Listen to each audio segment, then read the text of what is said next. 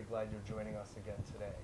Today we are very pleased to have with us the author of this book, The Bond, by Lynne McTaggart, who is an award-winning journalist and best-selling author of books that have really taken the world by storm, The Field and The Intention Experiment, to name actually just a few.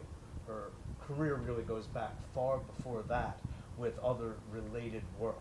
And Lynne has really been a driving force, a pioneer in helping us reshape our thinking about what is possible and who we are. And that's a lot of what this book is about, to redefine who we as human beings are, and largely from a scientific point of view. So it's really an honor and a pleasure to have Lynne on today on A Better World to talk about really some of our favorite subjects, how to humanize the world and make it a better place for all, and to have a profound basis, not only in our inner understanding and natural intuition, but even having that bared out by today's latest science. So, hey Lynne, how are you? Hey, nice to see you, Mitchell. So glad to have you. Great. So, again, I mean, since I've seen you last and we've had you on the show, you've like taken another major leap forward in gathering information and science that really, I gotta tell you, Lynne, I love the first couple of books. This takes us, in a sense, to another place of creating, I feel, a bond between us, a sense of community, and it can be really instrumental in helping people take that leap that they know is sort of there for them to take, to create a world that really works for all, based not just on competition, fun competition, i.e. Olympic competition, but on cooperation. Yes. There can be, I think, cooperation inside, if you will, of competition. Right, exactly. Well, could you talk about some of the basic points that you make in this book so we can share that with the audience? Sure. Well, I wanted to ask the basic question, were we meant to be so competitive? Because competition is the engine that drives our lives. We have a very competitive educational system and model. We create competition as the driving force of our business model. Competition occurs in relationships and even in our neighborhoods.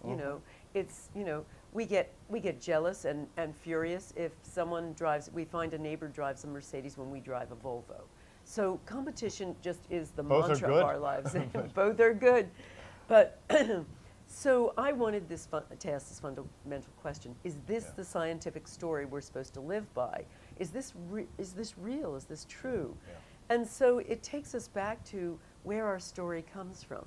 The narrative of our lives is written by many things: philosophy, religion, etc., but particularly these days by science. And the scientific story. Right, well, science is sort of our current religion, if you will. Yes, exactly, Mitchell. And, the scientific story as we know it is about individual things, first of all, and individualism as a principle. Yes. And that really came about through the ideas of Isaac Newton, who described a world of separate and well-behaved things. And then Charles Darwin. Well-behaved. Well-behaved. To some extent, well-behaved. I do. Well, they followed very fixed laws in time and space, and that's why he considered the universe, essentially a machine, and That's essentially, equivalent to a lot of different equations. Yeah. So then Charles Darwin comes along, and he defines our evolution, our coming into being, as a struggle and as a competition. Survival of the fittest. Survival of the fittest. Which isn't even a point you made the other evening. Exactly. He never actually coined that term. He thought of struggle as much more metaphoric struggle, but nevertheless, he saw it as the fittest survives, at least earlier on in his career. And so that became, the new mantra, the idea that, that life is a race to the finish line, and there ain't enough out there, so you better darn well get there It's a mentality of scarcity, exactly. Yes, and that is it's a poverty mentality kind of thing, Yeah, not enough, and the fittest, only the fastest runners survive. So that's been essentially the mantra that we live by. So I went back to all of the new frontier science and said, is this the right story? And the resounding answer is no. The story that's emerging through quantum physics and biology and psychology and anthropology and sociology and all the ologies is that we were actually made to be cooperative.